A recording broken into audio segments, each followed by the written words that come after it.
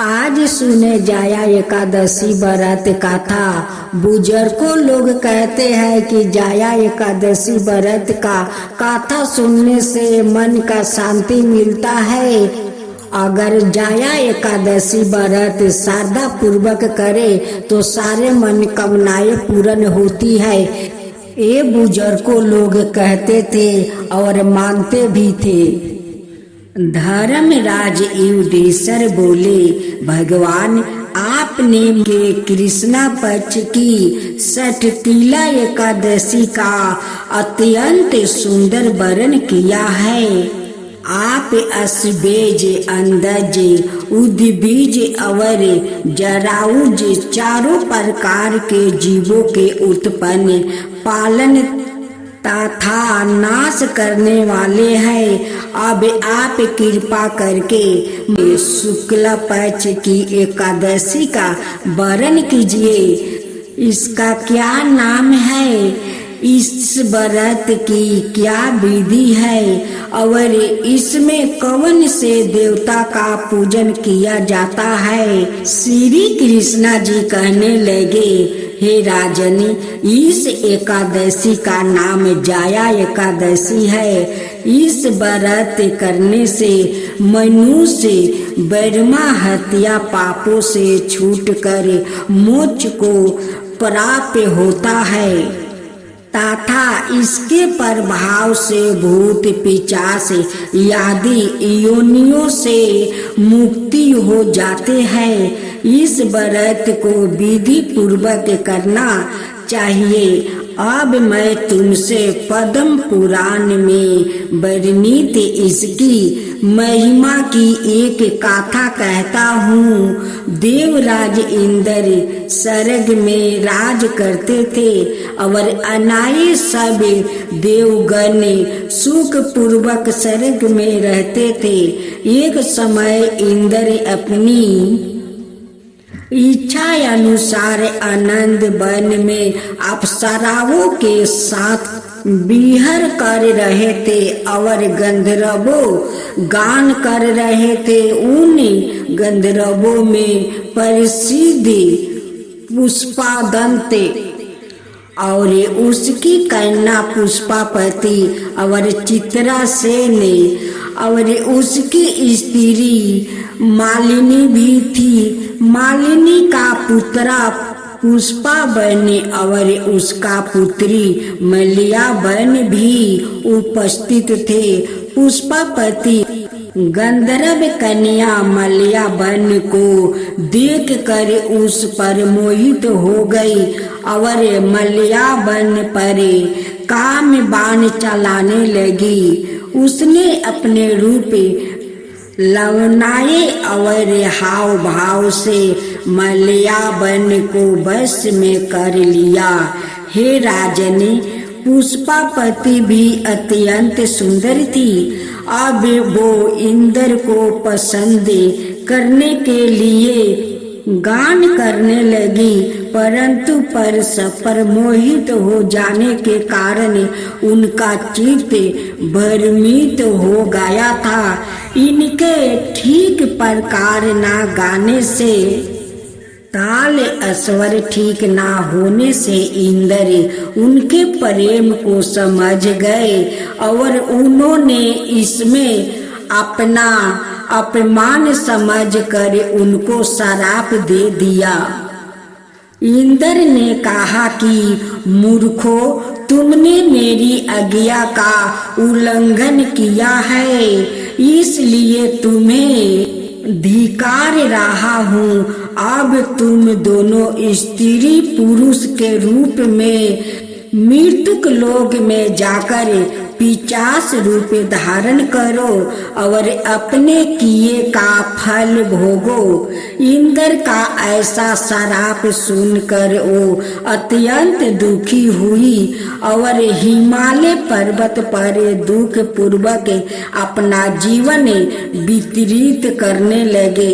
उन गंधर्व रस और स्पर्श आदि का कुछ भी ज्ञान नहीं था। वहाँ उनको महान दुख मिल रहे थे।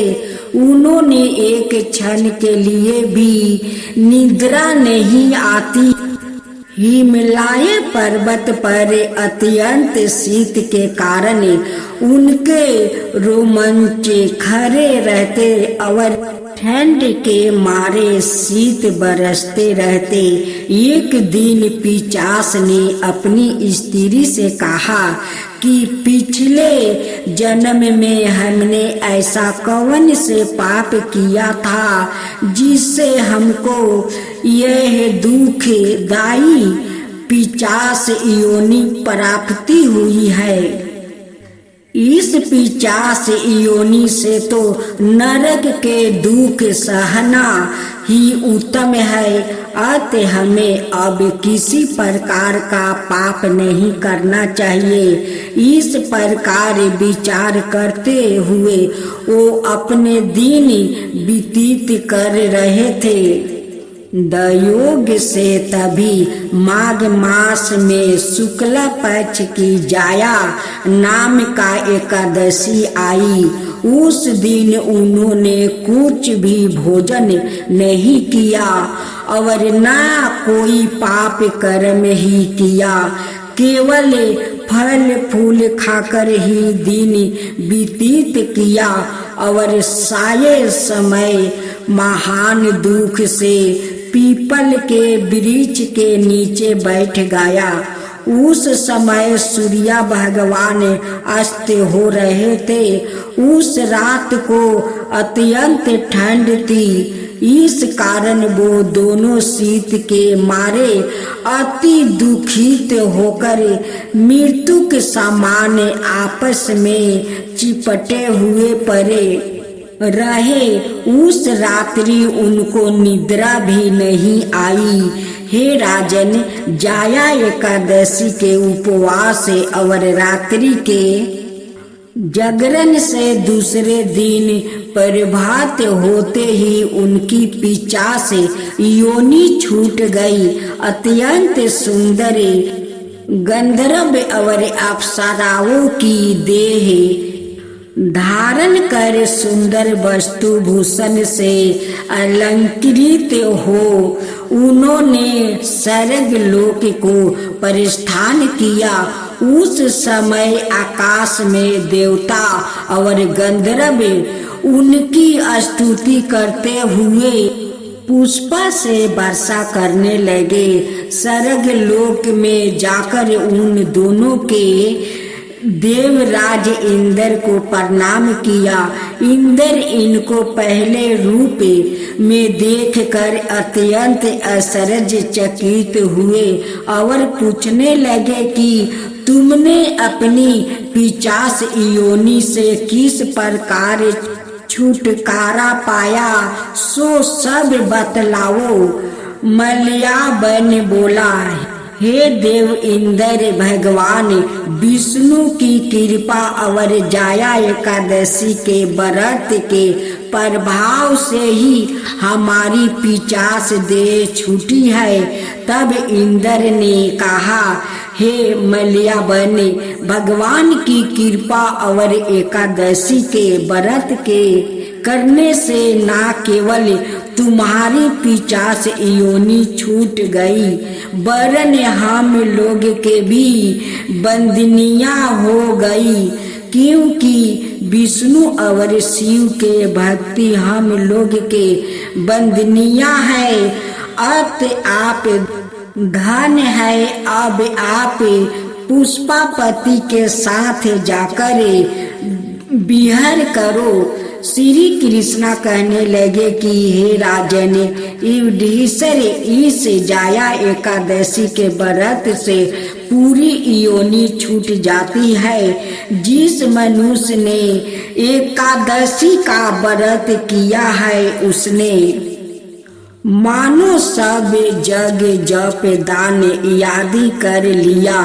जो मनुष्य जाया एकादशी का व्रत करते हैं वो अवसर ही हजारों बरस तक स्वर्ग में वास करते हैं। इस व्रत को स्त्री या पुरुष कोई भी कर सकता है। इस व्रत को करने से उपासक को धन और सुख समृद्धि की प्राप्ति होती है। घर परिवार में लक्ष्मी का वास बना रहने के लिए भी यह व्रत उपयोगी है। इस दिन स्त्री पुरुष लक्ष्मी की पूजा करते हुए सफेद फूल, सफेद चंदन आदि से पूजा करते हैं। खीर से भगवान को भोग लगाकर प्रसाद ग्रहण करते हैं। इस व्रत के दिन उपासक को एक समय भोजन करना चाहिए।